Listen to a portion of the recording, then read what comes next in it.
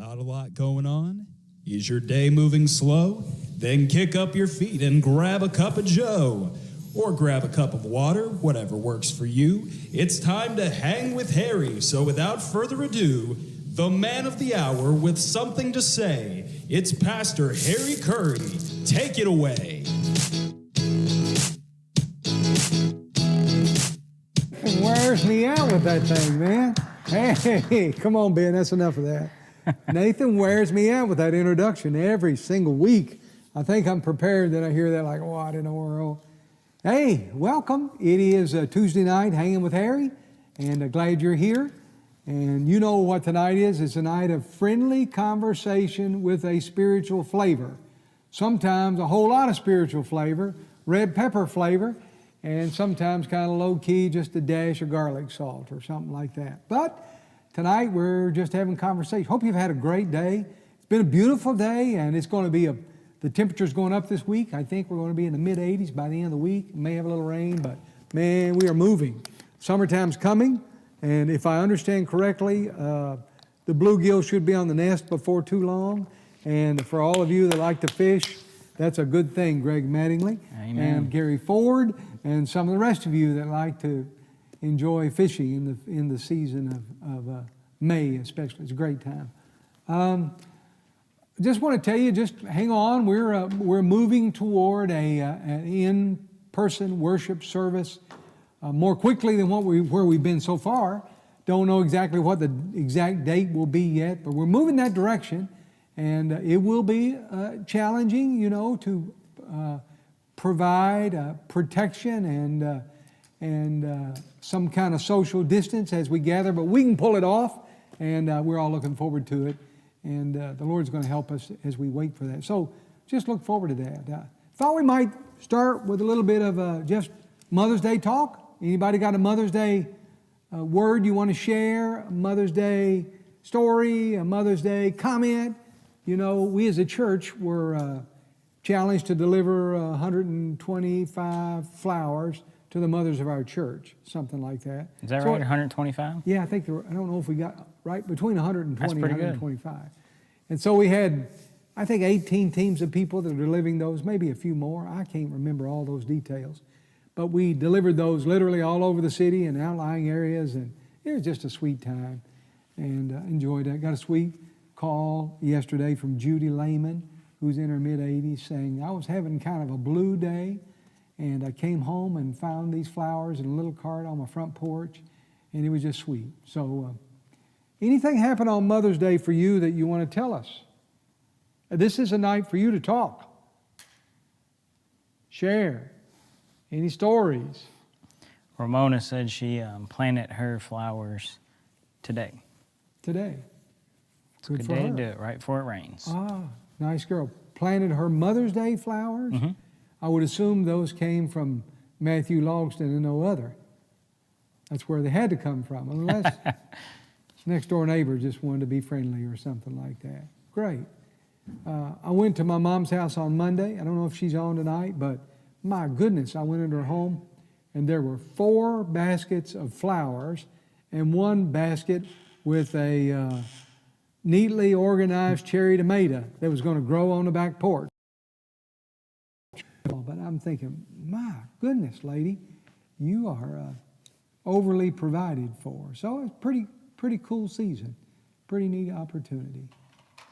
beautiful Tuesday night, and you may just feel like taking a nap rather than having a conversation, but let's talk if you want to.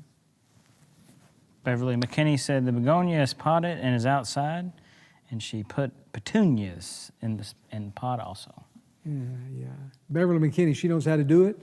She and James, when we happen to be the one that delivers to those guys, and it was also her birthday. Saturday was Beverly's birthday, and she was 37. I don't know how old she was, but I don't think it was 37. Beverly, how old were you?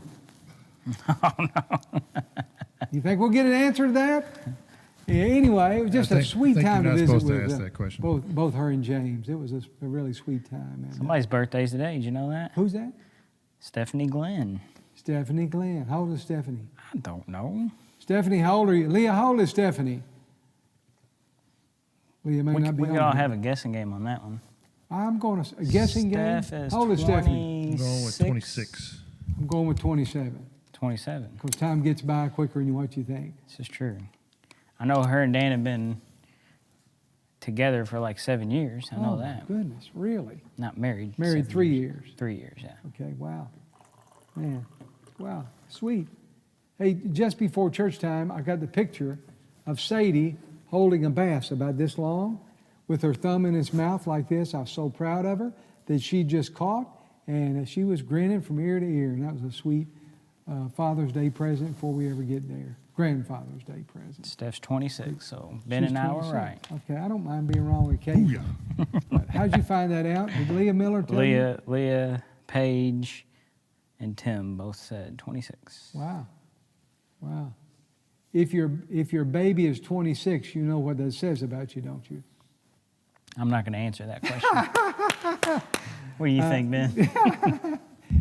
It means you're getting older. It doesn't mean you're old. But it sounds like dangerous ground to put Yeah. it in. Yes. On that one, yeah. Sounds like a trap. yeah, it is a trap maybe along the way. But I like how Reese is in the shot now. That's good. yeah, well, Reese is big time. You give her a microphone one week and you get her on camera the next week. I think next week she's going to be dancing on the platform. I'm not sure, but I think that's going to be happening. She used to be a cheerleader. Yeah, so she's going to put all those cheerleader she skills could to probably work. do a cartwheel and a backflip. And what else can you do, Reese? Lots of stuff. I used to be able to do like back tucks and stuff. A back tuck. So is that like standing still and you flip right there in And the spot? you can do it like running too. Nice. Harry, you think you could ever do a back tuck? I guess that's what I get for throwing Beverly McKinney and Leah Miller both under the bus. Yeah, I don't think I could do a front tuck hardly, much less a back tuck. So it's all good anyway. It's fun. Noah will be 16 on Saturday. Wow. Sweet My guess 16. is Noah's probably ready to get a car. Uh-oh. And he may even have one in mind and got it picked out, you know? And so, Ben pleads the fifth on that one. Yeah. no, pull he's up a got picture more for you. information than what he wants. It's a problem. So if anybody wants to add to the Ben Hill, Noah Hill car fund, just text Ben and say, I got some cash for you. And that would be helpful, I'm sure. But anyway, it's all good. It's all good. Seems like we did that for Reese a couple years ago on her birthday on a Wednesday night. Oh, yeah. Oh, that's She right. hauled that day, didn't she? You had a birthday offering for Reese one time. How much did you get, Reese? Do you remember? $70. $70. 70. Man. Man, Wow. I Well, thought, sorry, Noah. Noah, you're sorry, man. If the gifts would come from me and Trevor and Ben, it would amount to 79 cents. And so that wouldn't help very much. But, man, hope you guys have had a good day. anybody check out Ben's shirt tonight? What you got on there, Ben? Something right. fancy. Looks fancy. Let's see here. Yeah, it's my instant lunch shirt. Yep. There Ramen you go. noodle The shirt. cup of noodle shirt, right? I love it. Yeah. You like the old cup of noodles? I used to. Yeah, I can't. I'm more of a ramen fan. Well, yeah, I can't really do them anymore. I had to give those up. Had to give them up, huh? Yep. Stuff like that happens, man. I always hate it when it does, Yep. you know. Especially when you get older and older. Well, Trev, what do you want to talk about tonight? You got anything you want to talk about? Trev came in saying, I think I'm just riding tonight. I think I'm in the back seat. I don't think I'm rolling. I think I'm riding. So I like how I tell you I'm riding, and then what you do with a rider is you just call him up front and say, And then hey, you climb call over me the out. seat, man. Did you ever remember as a kid, were you guys, I don't know, I know we all grew up in a little bit different eras. That's right. Did you climb over the seat? Sure. Oh, you did? Yeah. Ben, did you ever climb over the seat in a car? Like, Like to get out or what? Like from front to back or back to front while the car is traveling down the highway and any of that stuff? I'm sure it did. Yeah. Okay, I'm sure you. Yeah, we Did you ever sleep back up in the winds behind the back seat up I in the know I did window? that. Yeah. Okay. I don't remember that. He's got some experiences and he's good. Yeah, Yeah. that's great. You remember doing that? Yeah. Yeah. I remember my what do you call it, a car seat or whatever? Yeah, Was just like this box. It was like I think it was foam. It was like vinyl covered, like rectangle thing. And I put my butt on that and a seatbelt went over me and that was that. Wow. Okay. Isn't there a funny story where you and your family were driving to Richmond, and you asked Jeannie to take the wheel because you were getting tired, and I'm pretty sure like you guys were like on the cruise control, and you guys like switched seats driving. Those kind of things have happened in our family before. Yeah, they have happened. And I thought you were talking about the time I was in my first pastorate at Elkton, and Okay. James had just, maybe he was 1 year old or something like that. And we'd stopped at Somerset at McDonald's to get a hamburger. And we got back on the parkway, and he started screaming and bawling and screaming and bawling in the car seat. I'm like, what in the world's wrong? So I pulled over the side of the road and got out and pulled his little pants down, and some kind of big old bee had got up into his pants No. and stung him on the leg. Are And you kidding? I mean, he wasn't as tall. He was just a little bitty guy. I'm not gonna lie. When you started down the road of pulled the pants down, I thought we were talking about a whooping there, didn't you, Ben? Thought we were talking about the old whooping on the side of the highway. But yeah, the bee story is much better for sure. Sure. Well, I'm not even going to tell the whooping stories because somebody might call GPS on me. I know. Okay, so I can do better than that. I know it's not GPS. I know it's CPS. Okay. I did, by the way, Ben, you ever had CPS called on you? No, but my mom did. Wow. So let's see, we're at the bowling alley, and she was a bowler, and so it was during the week, and she bowled in the mornings, and I spent all my money in the bubblegum machine. So on the way home, she said, "Well, we can stop at McDonald's and you can use your money and buy a Happy Meal." And I'm like, I don't have any money. And she's like, "Well, what'd you do with it?" And I'm like, "Well, I spent it in a bubblegum machine." And so her monkey arm, as Heather and I call it, reached across the 71 Chrysler Newport and grabbed me and by the arm, and she started yelling at me. And we didn't go to McDonald's. We went home, and evidently somebody saw the monkey arm come out and grab me, and they called somebody, and I had to go straight to bed when we got home. So I was asleep when somebody CPS rolled up at the house. rang the front doorbell, and they wanted to look at me or something and check me out. So Wow. yeah, pretty crazy. Wow. That's pretty crazy, too. Yeah. So that would have been like in 78, something Yeah. like that. Wow. Yeah. Amazing. Amazing. Oh, CPS. Yeah, you were going somewhere with that, weren't you? You ever had CPS call on? Yeah, I have had Yeah, CPS yeah. call on me. I have. It wasn't for beating a kid up, though. Yeah, It was- for sure. It was for not leaving a kid in the emergency room. You know, we took Jeannie to Oh, okay. Southwest Hospital, and she was having a fever-related seizure. We knew what it was because James had had one. And they said, we're going to take her in and do a spinal cord tap and a brain scan. I said, no, we're not going to do it. I said, it's a fever-related seizure. I know her brother had one. It's the same thing. She's had a little ear infection, fever spiked. So, I said, you're not taking my daughter back, especially, at Southwest and do that. I just wasn't going to do that. And so the lady started off with her, and I said, no, I'll just take her home. Well, by the time we got home, they'd call CPS on us, And so anyway, we took her to Cosair, and they dealt with her, and she's doing beautiful. That's right. She's doing beautiful. So we do have those incidents, when you feel like somebody wants to call on you and whatever. Yeah. It's People interesting. meddle in your business, they shouldn't. Probably so. But Probably so. for every time that happens, there's probably a lot more times that That somebody that- needs to be meddling. You know, business. there were times, no, this sounds whiny. There were times when I was a kid, I wished a few times somebody had stepped in and helped a little bit and said, man, could you see what's going on here and help us just a dab? But that didn't happen.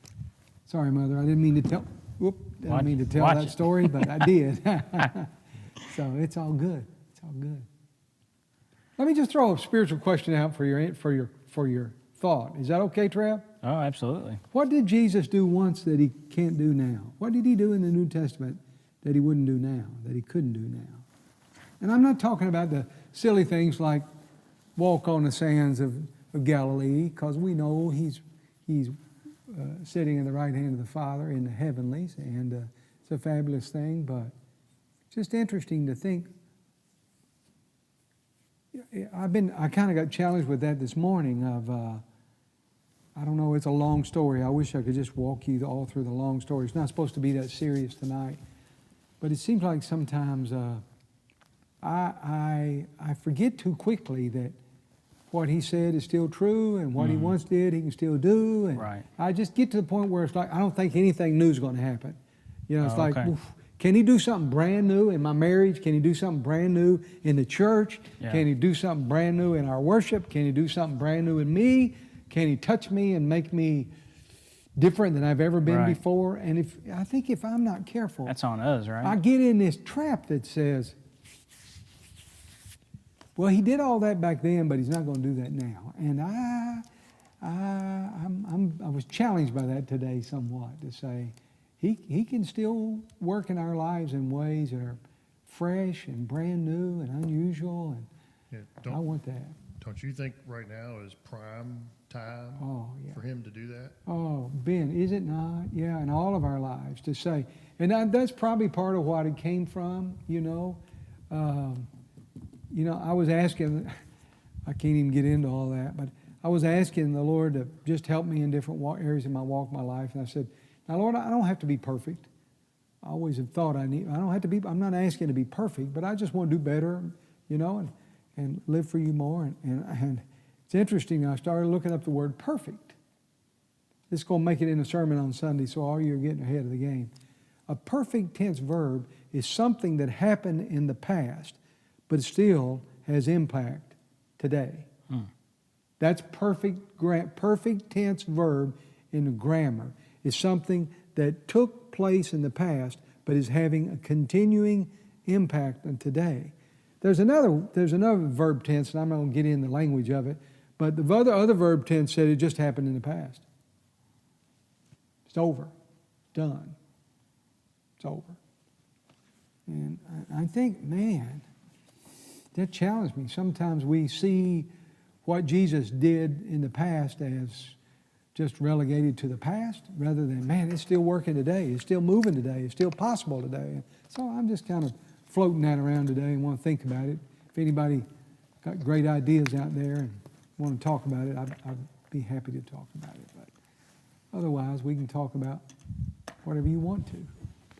That's deep, man. I know it's deep. He went deep real quick. Yeah, I think I just drowned in the pool. I'm just saying. He went pretty deep. Hey, you just can't swim, boy. That's all there is wrong with you. You can't swim. Now, okay, let's play a game. Let me back where everybody else is just for a second. Timmy Miller posted something. Oh, you ain't even getting your feet wet with Timmy Miller. Come on, dude. You're talking about deep. Okay, what did He Timmy said his mom would make him pick up his own switch for a whipping. Oh, yeah. I had that experience too, man. Oh, wow. And she made us put it on top of the refrigerator. Oh, my God. Right up there, man. Is Right that up there. right? Yeah, that's where it was. It rolled on top of the refrigerator.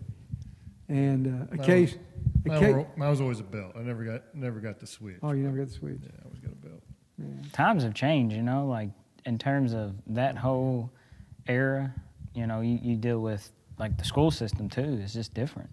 Like, what was it like growing up discipline-wise, Harry? In the school system? Yeah. Oh, my goodness. The PE coach had a wiffle ball bat. Yeah. And he would wear your backside out with a wiffle ball bat. The hard, skinny ones, right? The hard yellow skinny ones? No, one? I'm talking about just the plastic. Yeah. Not those kind like we had when we were really kids. Yeah. Not the. They make those are kind of light fiberglass. This wasn't that. It was just hard plastic. Just hard plastic wiffle ball. Yeah. But man, he bust your hide with that thing, man. I'm telling you, it's amazing. I remember in elementary school, I only got in 2 fights. Make sure that's right. No, 3 fights. Maybe 4 fights. But anyway, 2 that I remember are really good. First one was in elementary school, and this kid punched me in the stomach. And that was the end of the fight, except I'd never been punched in the stomach before. And so I couldn't breathe. And it's like I started doing this, and it's like, you know, my lungs just wouldn't, my diaphragm wouldn't relax or something. I don't know what was going on. And so I ended up in the library, and the librarian's like coaching me on trying to help me breathe again. But the kid that punched me was in the principal's office, who I was number 5 kid to go to this elementary school under the same principal. And that kid came out crying big time. And yeah, I think that might have been the last kid at that school that got a whipping. I don't know. You know, I remember, and this is some of, well, Rob Combs' family. If you remember when the Fugates used to come, Henry Fugate, I don't know if you remember Henry Fugate and his wife. What was her name? Anyway, that may be the wrong name. Anyway, no, it wasn't Henry. It was Ernie. Anyway, but he said he was born back in 1937 in East Kentucky. And he said in those days anybody could whoop you. You know, he said, he said, I'd be misbehaving in my neighbor's house, and he'd whoop me and then send me home and tell my dad whooped me too, you know. He said, anybody, and he quoted Bill Cosby saying, anybody will whoop you in those days. And boy, you dare not do that these days. Right. And I guess discipline is, I guess it's still being done. We should ask Reese. Reese, what is the form of discipline right now in this generation, in the school system? Is there a discipline? Detention. Detention. Well, like, I don't know. It's not like after school detention either. It's just like you'll go there for the day, like ISAP. That's what they call it. Okay. But that's about it. So what do you do in ISAP? I don't know. Oh, you don't know? That's a good thing. That's a good thing, Ben. Yeah. I don't know. Some kids like will have to like stay home for a day. Okay. Like, they'll get kicked out. Now, it seems like I heard within the last little bit that that suspension outside of the school system, they've kind of done away with that, because if the kid's not in school, they don't get money for the kid that day. And so they want to keep the kid in a chair, even if it's in a suspension chair, because they lose whatever funding when the kid's not there. So, who wants to give the kid the privilege of going home and playing video games all day? At least make them sit in the room. I remember one time I was going to fake out. I was in the 2nd grade probably, and I acted like I was sick. I told my mother I couldn't go to school that day because I was sick, and she said, that's fine. So she made me stay in the bed all day long. I never did it again, man. I never did it again. I'm like, I ain't doing this. It ain't worth it.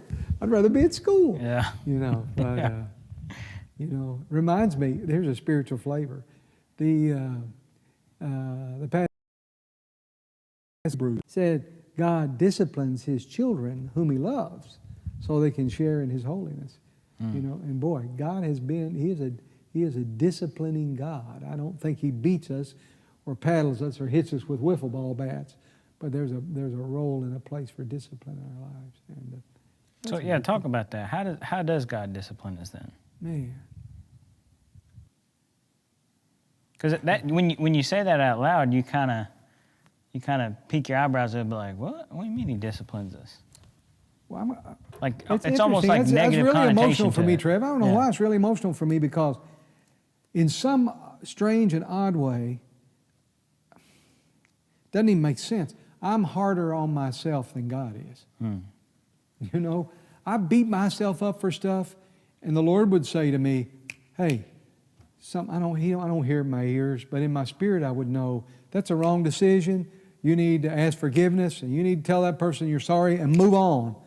But man, I can carry that and beat myself up and tell myself 127 times how bad I was, how stupid I was, how irresponsible I was, and And I'm telling you, God's discipline is for our good and for our growth and development, but He doesn't have any intention of dragging us around like I sometimes drag myself around. Does that make any sense? His is a lot more, it seems it's purposeful and it's effective and it's, boom, let's take this and move on. Now, sometimes you got to do stuff. Sometimes you got to, in the old days, we used to talk about making restitution. I was going to say, what's the difference between conviction and discipline when it comes to kind of God and that? That question is so easy, I'm going to let my chauffeur answer it. You know, I think conviction is, if I'm not, break the word down, I think it means basically, maybe it means with the truth. Okay. Or with, I don't know, I need to look that up and see. I think conviction is the awareness or being made aware, and the discipline is more like now that you're aware. Well, I don't know, Trev. I do know, though, this morning I was writing about confession, because I think, again, we get in this trap of, I'm confessing all this stuff. And the Lord's like, you know, the word confess literally means, I love the word, it's homo logeo, which means, homo means same, and logeo means word. So it's to say the same thing that God says. Confession is to basically agree with God. God says, you misspoke to your wife tonight, and you should tell her you're sorry. And I say, Lord, you're right about that. And I confess.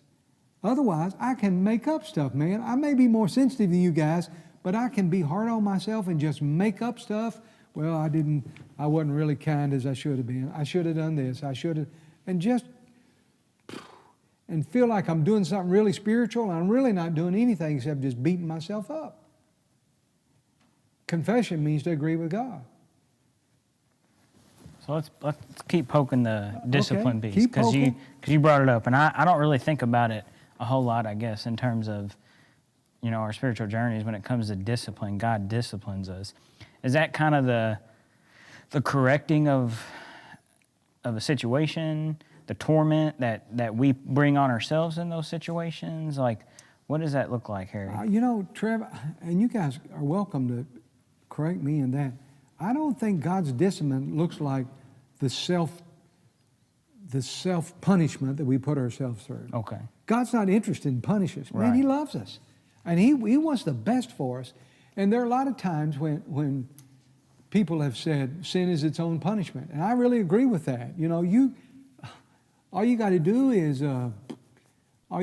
just choose a sinful lifestyle and watch the consequences. I mean, you don't have to have somebody come in and beat you up for being a liar. Yeah. It'll just catch up with you, man. Yeah. Somebody doesn't have to beat you up for being an irresponsible parent. Right. Just wait till they're 15 and it'll be knocking your door down. So Right. it's not like the system is so beautifully created that sin is its own punishment, man. So God's not in the business. It's not His desire to punish us, to redeem us. So when He disciplines us, man, He's disciplined like a father that's in love with his children, saying, come on, man. Listen, I got better things in mind for you. Right. It reminds me of Ben Johnson saying the Lord woke him up at 3 a.m. and said, what are you doing? I had no intention of you ever being in a place like this. Yeah. You know, and I think discipline has that redemptive, loving element to it, and it's never just smack down. Right. You guys think that's right? I think it's true. You said something, though, that I do question. Okay, go ahead. I wonder about, you said that when we live sinfully, there's consequences to that. I don't know that there are consequences to that, but I don't know that we always see those consequences in this life. Oh, I agree. Yeah. I absolutely agree with that, Ben. Sometimes the kind of things are pretty obvious. Other times it's a long, long time. You never see them. Yeah. Yeah, I think. Now those around you, boy, and I preached a weird Mother's Day sermon on Sunday. It's like, oh man, the Lord said, and I'm going to re-preach it, apologize. if you're a hypocrite, which in the Old Testament meant if you're soiled, if you got some dirt in you, you know, you got some dirt in you, it is going to affect others. Oh, yeah. It's going to affect others. And by the way, the primary way you can see that is by what comes out of your mouth. You know, and it reminded me again, and we mentioned a few Wednesday night, Ben O'Neill, when I mixed toilet water in with a bottle of water and the kid drank it at camp. Yeah. The kind of a holiness Pentecostal writer that said 99% pure and 1% raw sewage is not where you want to be. And I think sometimes in each of our lives, we permit an area in our lives that really shouldn't be there. You know, and maybe it doesn't seem like a great big thing, but there's just some area that it feels like we're defeated in pretty often. And that's probably part of where this idea came from today, can God deal with that? Can God help us with that? You know? And if I'm a pretty good husband in every area except one or two, according to what that one or two is, it may be pretty bad, you know. So yeah, I think it's challenging to let the Lord. Is there any other passages that come to your mind about discipline in the Scripture? Or what about you guys watching? Anything biblically that comes to your mind about discipline? I think about that passage in Hebrews is the only one that, well, it also says in Hebrews that Christ learned obedience through what he suffered. I don't know that has anything to do with discipline, but anyway. Well, while they're looking, if they're looking, so I'll just acknowledge Sunday really hit me pretty hard, Sunday sermon. I mean, I know I've got things that come out of my mouth that shouldn't come out of my mouth. I understand that. And so that example, you know, spoke to me louder because I guess I'm a little sensitive to that because that's something I struggle with. But I guess I would ask, you know, I know the answer is you can't, but how many battles do you fight all at the same time? You know, if you've got 10 different things you know that you're struggling to overcome, do you try to attack all those 10 at the same time? And the answer is, you know, you give them all to God at the same time, but that's the Sunday school answer. And I don't know that in reality I've ever had success giving something to God that I wasn't aware of. Yeah. Oh, I agree with that. I agree. Hey, I'll tell you how I deal with it, Ben, and it may not be an answer for you. That is, I found out when I'm battling, a lot of times when I'm battling 4 different battles, 10 different battles at the same time, usually not 10, but sometimes 3 or 4 or 5. In my case, it feels like they all go back to the same root. And in my case, it's always, I'm worried about myself. I'm worried about how I'm doing. I'm worried about how I look. I'm worried about how successful I am. I'm worried about if I'm getting enough attention. I'm worried. So it's all turned in on me. And what happens in my case is that one core in my life seems like it can have all these different shoots going off at the same time. And I know that's not that way for everybody, but a lot of times, if I'm struggling just kind of being, in my language, real self-focused, you know, just kind of preoccupied with me and taking care of me and all, if that's going on, my language is it's going to manifest itself in 3 or 4 or 5 different ways, and it all comes back to the same core issue. That may not be the same for everybody, but it happens that way for me, and I have to come back and say, Lord, can I ever get over, and that's what today was about, can I ever get over that core issue? And I don't know that I've ever Pushed it back? I don't know that I've ever investigated my issues deep enough to see where they tie together. Okay. And so there may be a core issue that connects them all, but I more feel like, you know, I pick a branch to start working on and try that for a while.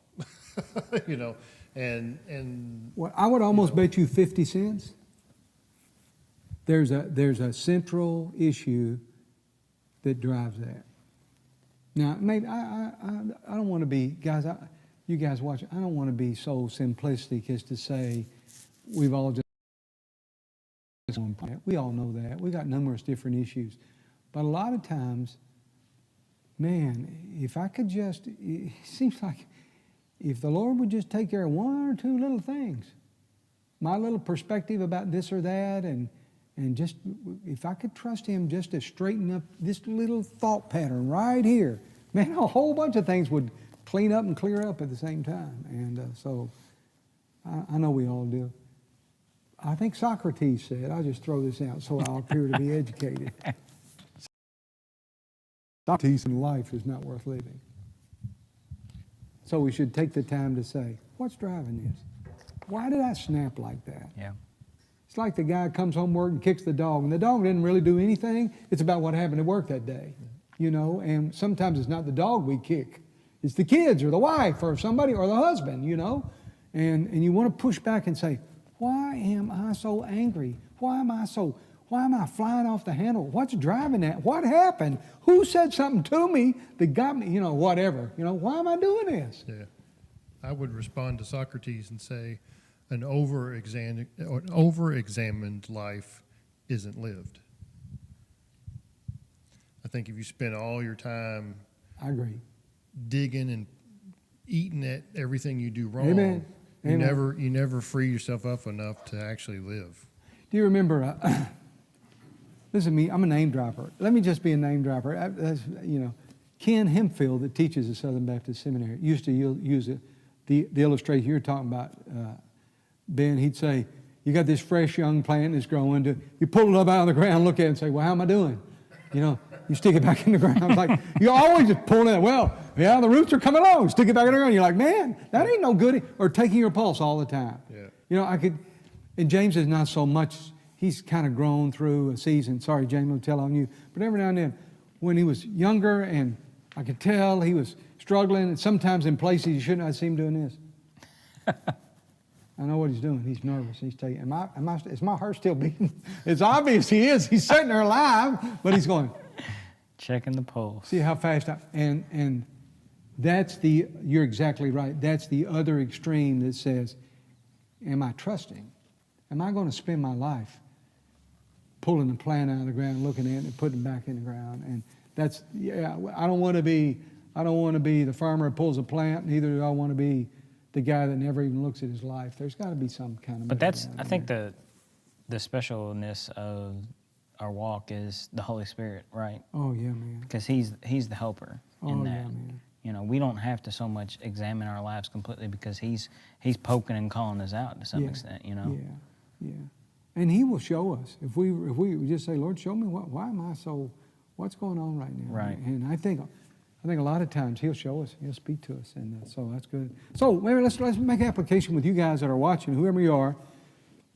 So I don't know, trust the Lord. Don't get too, as Ben we used to call it, don't get too navel gazing, which means spend all your time looking. Don't get too wrapped up in trying to uncover every issue, but don't ignore them. Just say, Lord, why am I so grumpy today? That's an okay question to ask. Why am I so grumpy?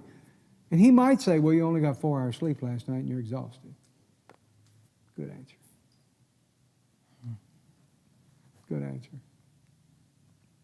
So. It's discipline there to some extent, It's discipline. Right? Yeah, man. The discipline of the Lord is a gift. I don't know. And we know, we all got kids now. The 3 of us got kids. Certainly Reese doesn't yet.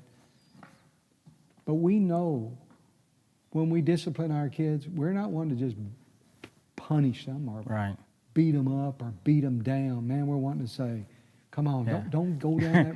Your mom earlier said, do you remember the honest statement, it hurts me more than it hurts you? Oh, yeah. I never did believe that either. Did you? Yeah. Go ahead, Ben. Yeah, I get it now, but I still question it. Yeah.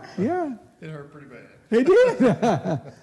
But did you ever have those moments, and my mother, she would know this, you ever have moments when the look in your parents' eye was more hurtful than the pain, than the whooping you got? The worst, I'll put it in air quotes, whipping I ever got was the one that I was waiting for from my dad. I saw somebody else post something about wait till your dad gets home. Well, I had one of those. I waited and waited and waited, and he got home, and he just told me, "I'm really disappointed."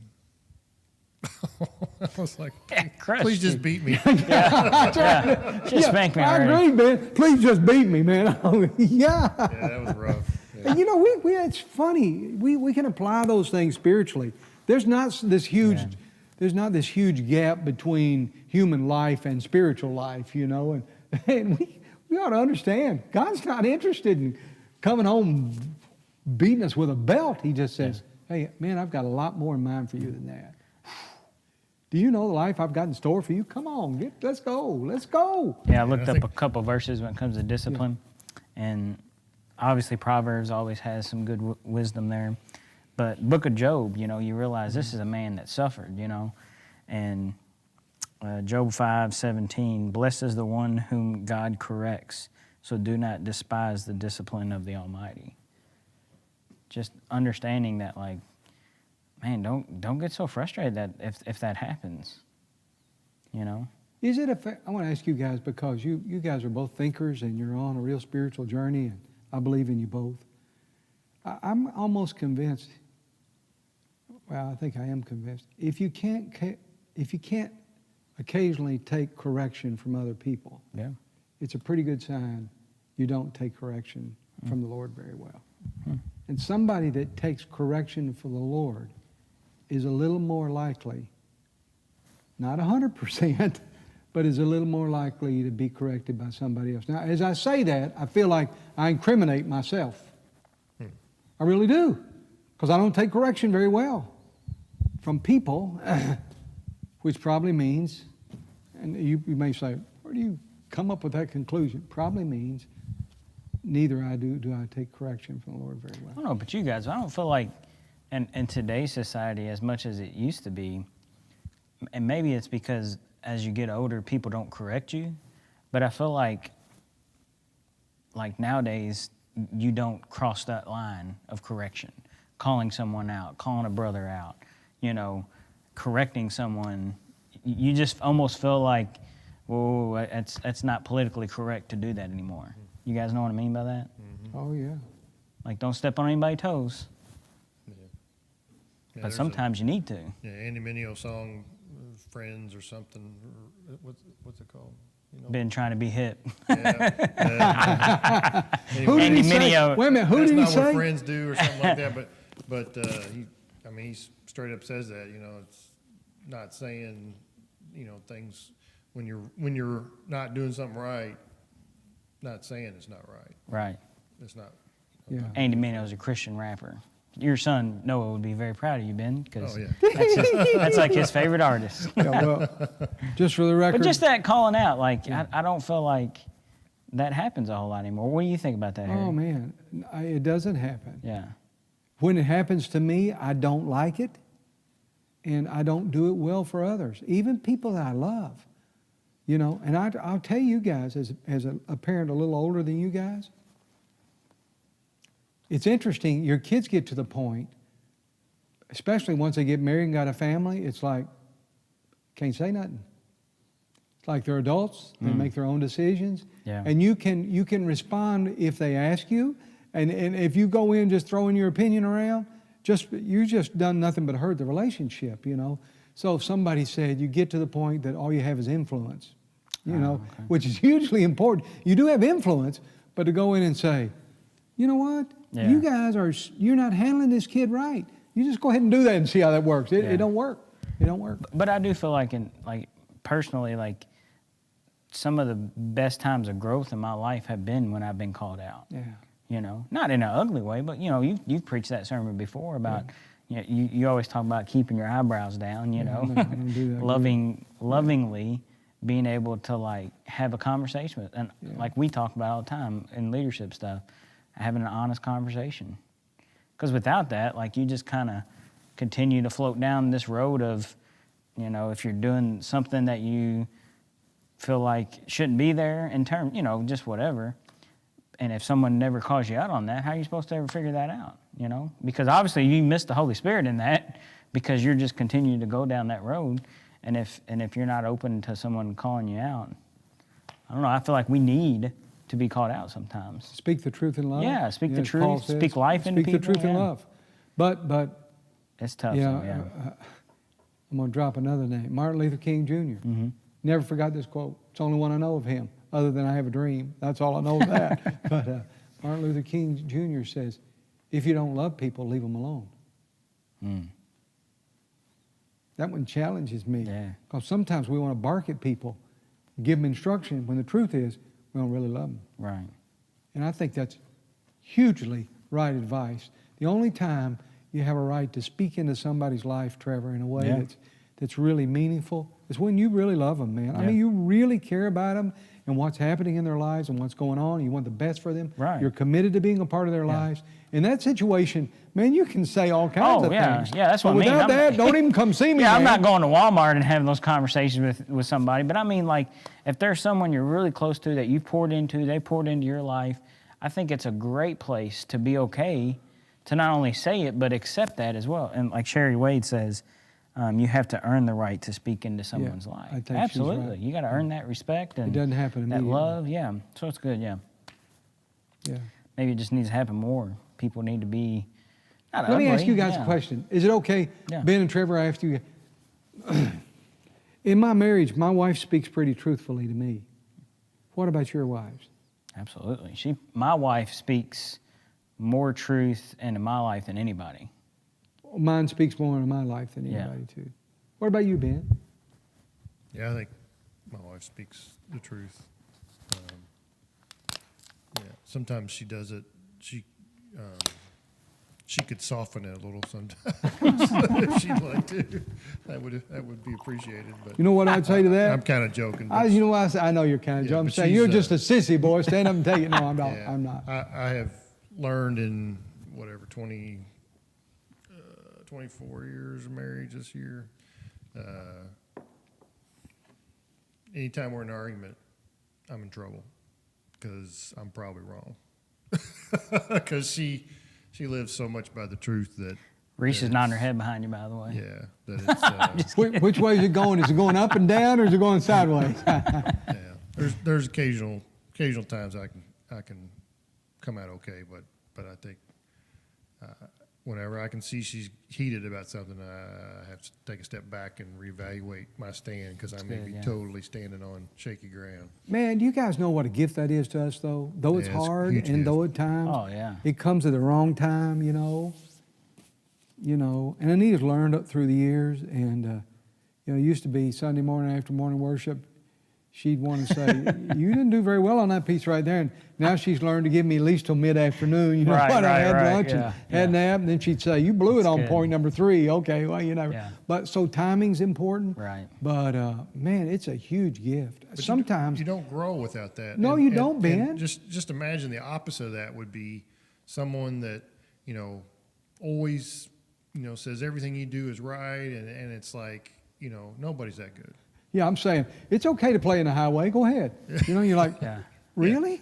Is it really okay? Sometimes when I preach, like, I feel, and it gets to a point where, like, I know people are just trying to be kind and encouraging, because I'm young and I don't do it very often, but it's like, literally everybody I run into before I get home, it's like, wow, that was just great, just patting you on the back. And I get home, I'm like, Jeannie, I don't understand, like, I know it was okay, but like people are just looking at me like I just knocked it out. You know what I mean? Like I can understand what you're saying, Ben, because I feel like I'm okay for some little criticism, because that's the only way I can figure out, hey, I can do better next time. Does that make sense? Oh, absolutely. Like if no one ever criticized you and what you did and your job or your hobby or anything, like I don't have a clue. I just warn you guys, when we get home tonight, it's going to be the guy. Look out. You don't get better, like for me as tennis, you don't get better playing tennis against somebody that's not any better than you. That's right. That's good, yeah. You got to lose a lot to start getting better. Isn't that the truth, man? Yeah. Bill Hybels used to say the way up is down. And there's a lot of truth in that. You got to say, yeah, I'm going to learn from this. I want to grow in this. But I would be the first to confess, I don't receive that as well as I should. Oh, yeah, Man, I got you. My first response normally is I get pretty defensive, and sometimes I want to throw something back and say, well, you don't do it well either, or whatever, find some other area that I want to criticize you about, rather than just say, you're probably right about that. Yeah, I don't know what that is, but anytime somebody criticizes me, I immediately am defensive, and I can feel it's like an inside feeling. Me I can too, feel man. it, even if I haven't even spoken a word or Me made too. a face or anything. I can feel it, the defensiveness building up. But I'm trying to learn to keep that restrained and figure out maybe I need to be criticized or maybe they're just wrong. Yeah, that's right. Which could be both. Yeah, Could be the yeah. one. Yeah. Yeah, I mean, that whole conversation is hard for me sometimes because I've realized in my life, my root sin is pride. And so sometimes I can overstep and recognize, like, man, I didn't have any reason to say that to that person. Even though I love them and care about them, that's still not my place to say. I've realized that. And my wife really helps me with that one to say, like, yeah, she talks about, like, unsolicited advice or something. Like, you just can't give that out because at the end of the day, sometimes it's just your opinion. And so I think there's a fine line there, but we gotta.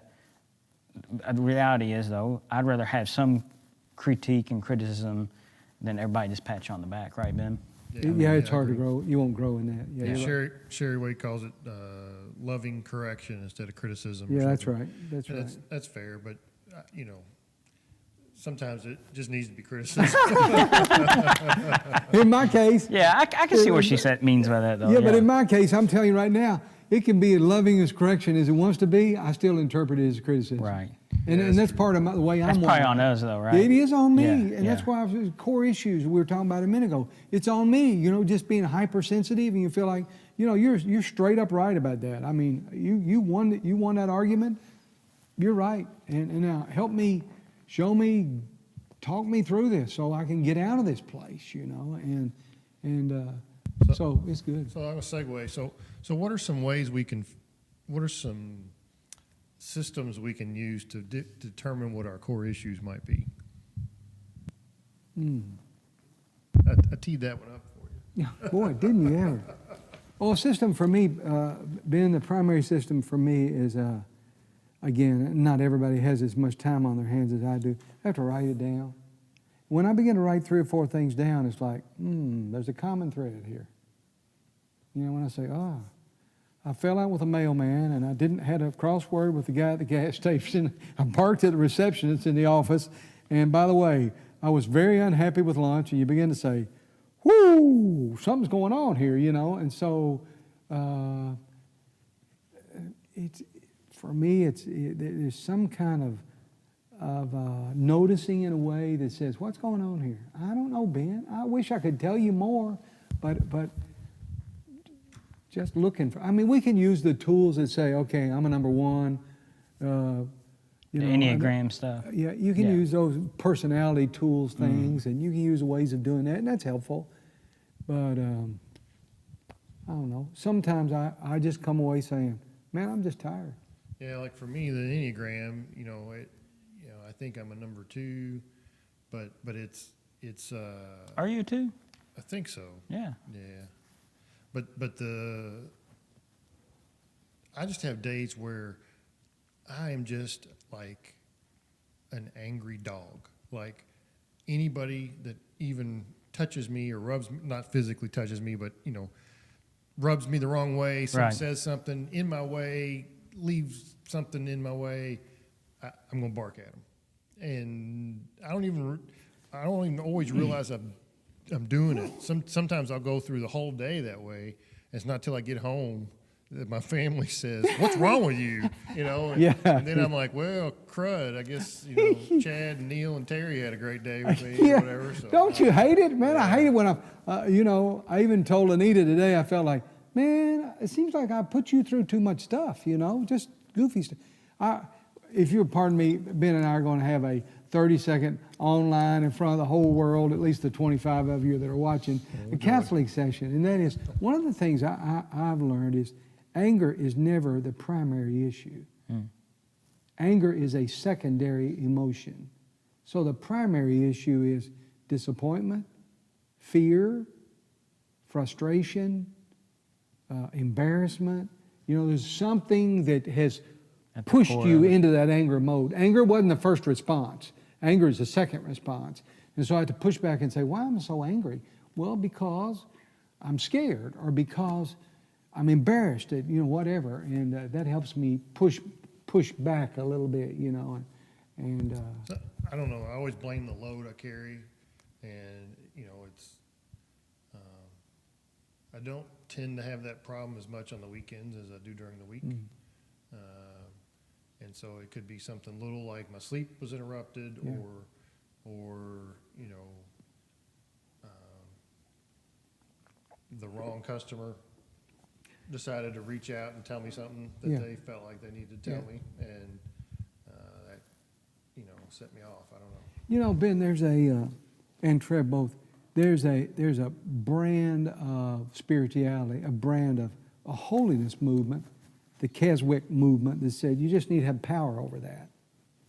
And so, Ben, one of the strategies out there is you just got to be strong enough all day to keep the lid on that. And so and we've lived that way. Some days you feel like you're about ready to explode, and you're using all the energy you've got to just keep from speaking negative words and frowning in the eyebrows and being ugly, and it's just like it's a power-broking thing all day long to try to stay on top of that. Versus saying, Lord, would you please just take care of and relieve this anger, so I'm not spending the days of my life trying to manage my anger. He really begins to kind of relieve that, and so I can get on with life. I know that I've had those days where you're just trying to manage yourself all day long, and I hate that. I've had way too many of those. I say, Lord, deal with it. Phil Thrasher and I had a conversation, and he always encourages me. He gives me credit for teaching him, that we need to be careful what we say. And he says, I want to try to be careful, the way I speak to people. He said, but I want to get beyond just managing my tongue. I want to get to the point where I don't even think that, where you want to say, I don't want to just not speak angry.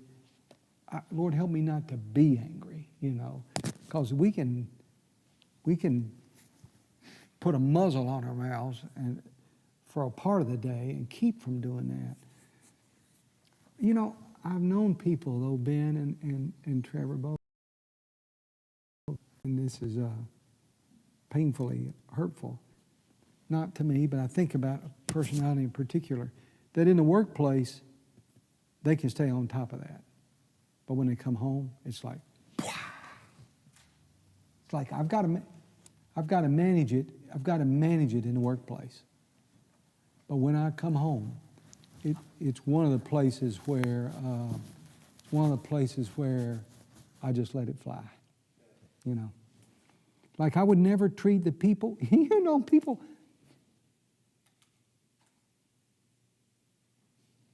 Anyway, that's one of those places where I'll make one little comment about my dad.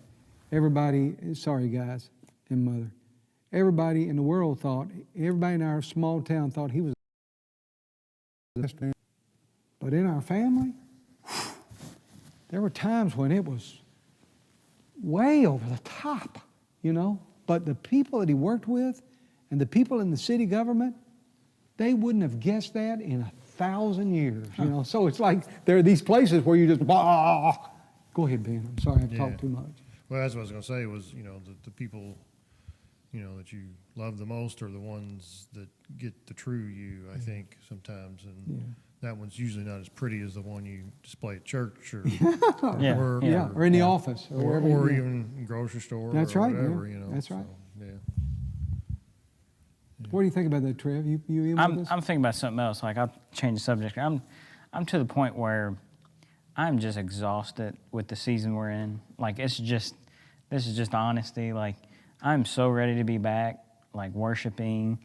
Not just because it's like what we used to do, but just because I just want to be around people again. Like, I love being here with you all, and doing our little live streams, I do too. But like, man, I'm just so ready to see smiling faces, to see my friends, the people that I love. You know, I'm ready to be back with the youth group. My kids being loved on by other people. Yeah. You know, those little things, like, man, I'm pretty worn out. Can I give you a little Yeah, illustration? That was so cute, and this relates to Ben too in some odd way. So I was doing something out in the park in the garage this afternoon, and a red truck pickup pulled in the driveway, and it's Kevin Hodges. Oh, okay. And to my knowledge, I've not seen Kevin in 7 weeks. And I was just like, oh man, Kevin, Yeah. you know, and it just felt so good, you know. And we didn't talk about anything really. I asked about his mom and dad, and he's going to the grocery to shop for him. It's a very common conversation, but it's just like, man, it's just so good to see you, you know, and to talk to you. Yeah. And he stayed 15 or 20 or more minutes, and we talked about Rachel, and he talked about my kids and grandkids, and James and Jenna moving and all. But it's just one of those kind of myriad of relationships even in a smaller church. You say, man, I just miss that. You know, you just miss that. And you can do that over the phone, and you can do that with Zoom or with That's true. FaceTime. But It's not boy, the sure same, not though. like having Kevin driving Yeah. a driveway. It's not the And same. Because, have a I mean, conversation. reality is, like, we all have our responsibilities, and the week goes on, and the days go by, and there's more people that you forgot to call, and, you know, there's more. And when you're at church together, man, you can stop and have that quick conversation, check in, you know, I don't know. I'm excited that the future's coming, you know, the end is near, I guess, in terms of like trying to open back up and what that looks like. And You know, so I want to say something related to that, and I didn't give Ben a chance to speak, and that is, this Tuesday evening's been most interesting to me because everybody out there would know, and it's probably obvious from the way we operate, Tuesday evenings are not about some agenda. Ben asked me before we got started, and he said, what are we going to talk about? I said, dude, I don't know. I said, I got some things I've been thinking about. Now he tells me they're too deep to talk about those, so it don't matter. I got some things I've been thinking about, but I don't know. We'll just talk about whatever we talk about. And this little four-way conversation is just, it amazes me that if we can just get together and just talk, man. And I do miss that with a greater church. But it makes me feel like John Wesley again saying, 1 hour of spiritual conversation is worth more than a year of preaching. Yeah.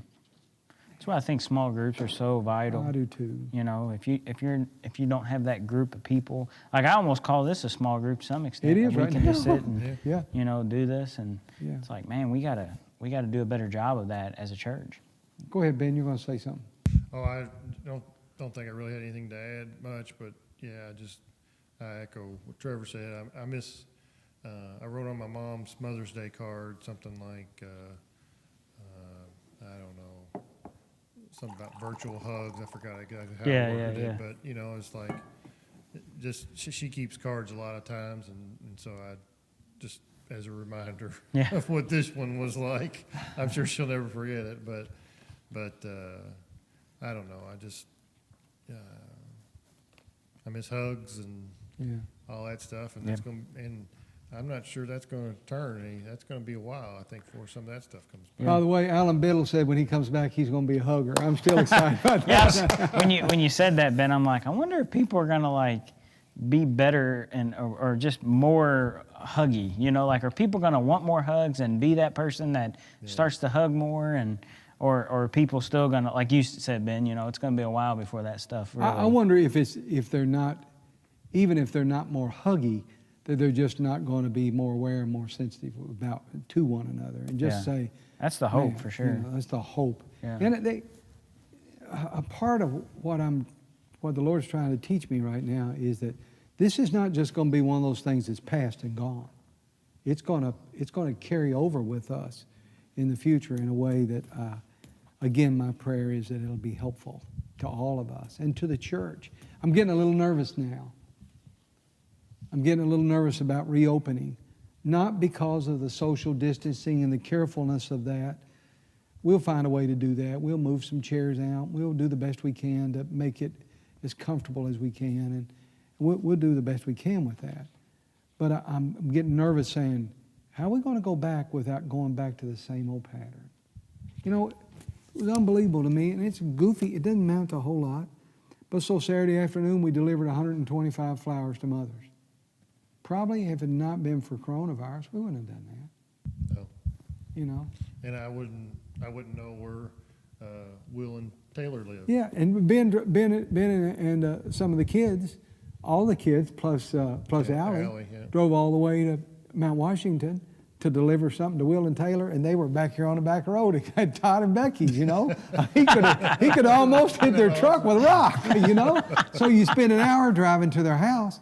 And I was the same way. We drove to Angela Baumgardner. It used to be. It's Angela McKinney now. McKinney? Maybe. Sorry, Angela, if you're watching. But they live in Radcliffe. And it's just like, you know, probably that's not a trip I would have made, but it felt like, you know, I'm not sure every Saturday there shouldn't be 20 of us just dropping in saying, hey, man, bring your stuff. And I know Anita is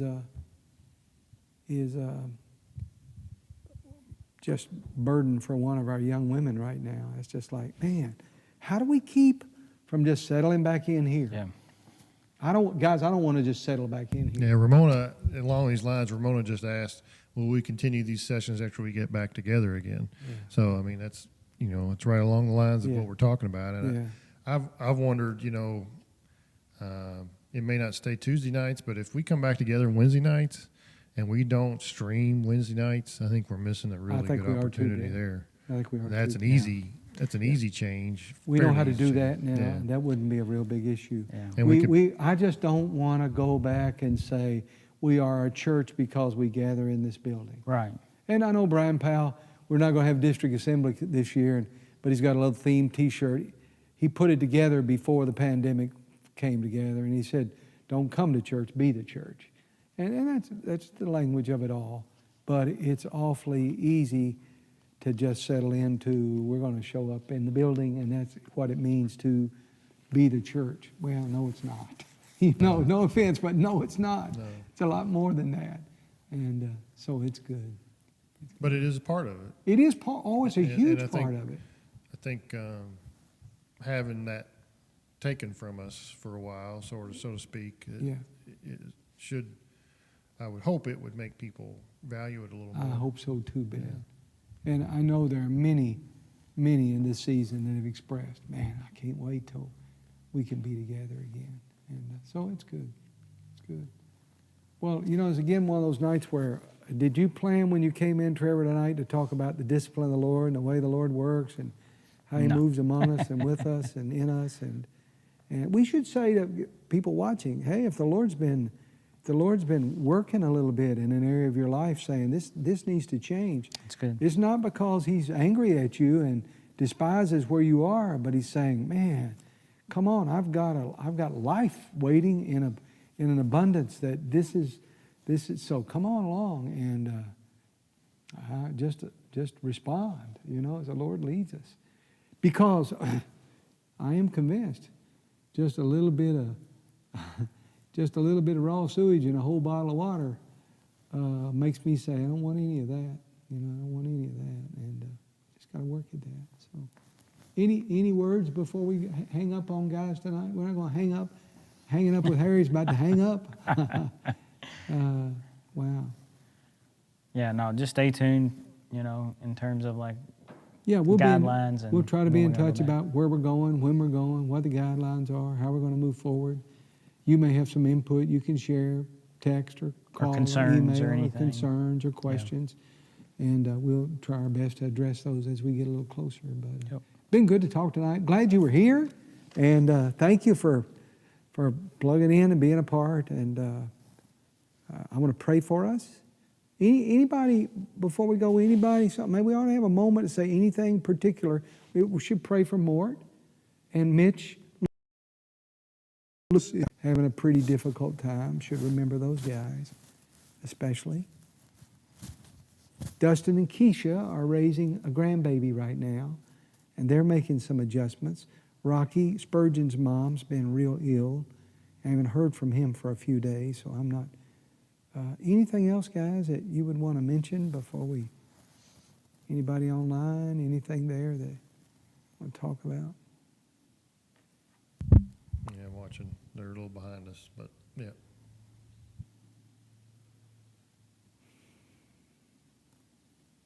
Okay, let me just pray a prayer. Lord, it's been good to be together again tonight. I'm always amazed at the ways that you lead us, never in ways we would necessarily have anticipated. And I pray that you would teach us. You do teach us, that you would guide us. I love that word for guide. It's a big, broad word. And it's like the Walmart moves to town. It's got everything. And so you guide us, oh Lord. And I pray that we would be open to the discipline of the Lord and realize sometimes it comes through the hands and the mouths and the recommendations of others. Help us to be just able to receive what you want to do in our lives and let you change us and transform us. Keep us from being arrogant and just keep us open and receptive, I pray. Thank you for our church and our church family and those that participate tonight and those that will watch us later during the day or tomorrow or on the way to work. However they do it, oh Lord, just pray that it's just a helpful reminder, oh Lord. We do pray tonight for Mort. Thank you for helping him, and I pray whether he goes to rehab or back home with a home health nurse, that you would just build him up in spirit and in body in these days. Be with Mitch Lucas, who's struggling in some similar kinds of ways, oh Lord, and pray that you would be with him and guide them as they make decisions with his care as well, oh Lord. Dustin and Keisha is there taking care of a little grandbaby and enjoying it, but that's a new adventure, I know, with Rocky Spurgeon and his family as he kind of attends to his mom in these days, and with Donnie, who's struggling with his wife that's hurting and broken right now, oh Lord, and there are lots of needs that we all have personally too. Thank you for a little time together tonight, and the fellowship of the church is a great and wonderful privilege, and we don't take it for granted. Pray you be with us through the evening and make us a little more open after tonight to the instruction of the Lord in our lives. And we'll give you praise. These things we ask in the name of the Father and the Son and the Holy Spirit. And everybody said, amen.